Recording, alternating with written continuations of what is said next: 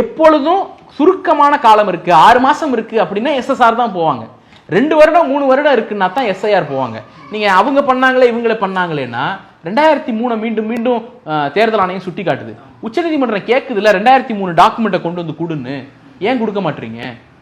2003 document காணா போச்சுங்கிறீங்க, ஆர்டிஐல கேட்டா இல்லைங்கிறீங்க, பிரசாந்த் பூஷன் வந்து வெளியிடுறாரு. அப்போ உங்களுடைய உள்நோக்கம் தப்பா இருக்கிறதுனால தான் அந்த டாக்குமெண்ட்டை கொடுக்க மாட்டீங்க. உள்நோக்கம் சரியா இருந்தா அதுக்கு இதுக்கு வித்தியாசம் இல்லைங்க, நாங்க சரியா தான் நடந்துக்கிறோம் அப்படின்னு 2003 டாக்குமெண்ட்டை தூக்கி போட்டு போக வேண்டியதானே. ஆனா இதுல பீகார் மாதிரி ஒரு பல்க் டிலீஷன் இங்க நடக்கிறது சாத்தியமா? அது மாதிரியான வாய்ப்பு இல்லை தானே? அது நடக்கும்போது தான் தெரியும். இப்ப உதாரணத்துக்கு இத்தனை பூத் லெவல் ஏஜென்ட் உங்களுக்கு இருக்காங்க, அவங்கள மீறி எல்லாம் அது சாத்தியமாகுமான்னு கேட்கறேன் சார். ரொம்ப சிம்பிள். அதாவது இவங்க எங்க தலையிட முடியுங்கிறது தான் நம்முடைய கேள்வி. இதுல மொத்தம் 3 முக்கியமான 9 ஃபேஸ் இருக்கு இந்த ப்ராசஸ்ல. அதுல குறிப்பிட்டு சொல்லணும்னா 3 ஃபேஸ். எனுமரேஷன் முடிஞ்ச பிறகு டிராஃப்ட் பப்ளிஷ் ஆகும். டிராஃப்ட் முடிஞ்ச பிறகு நம்ம கிளைம் பண்ணலாம். கிளைமை வந்து அவங்க இது பண்ணுவாங்க, ரிவ்யூ பண்ணிட்டு ஃபைனல் லிஸ்ட் போடுவாங்க. இப்போ எனுமரேஷனுக்கு நமக்கு 30 நாள் டைம் இருக்கு. இதுல நம்ம பெருசா ஒன்றும் தலையிட முடியாது. கிளைம் நான் கொடுக்குறேன், அந்த கிளைமை முடிஞ்ச உடனே நீங்க என்ன பண்றீங்க, ஒரு 50 நாள் டைம் எடுத்துட்டு அதை ரிவ்யூ பண்றீங்க.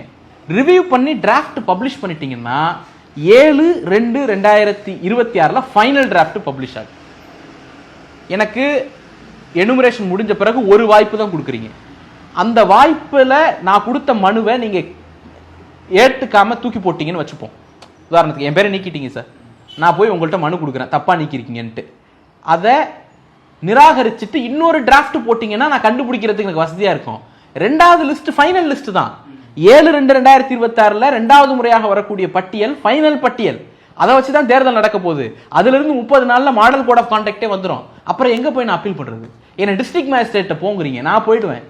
படிக்காத பாமர மக்கள், வசதி இல்லாதவர்கள், வாய்ப்பு இல்லாதவர்கள் எப்படி டிஸ்ட்ரிக்ட் மேஜிஸ்ட்ரேட்?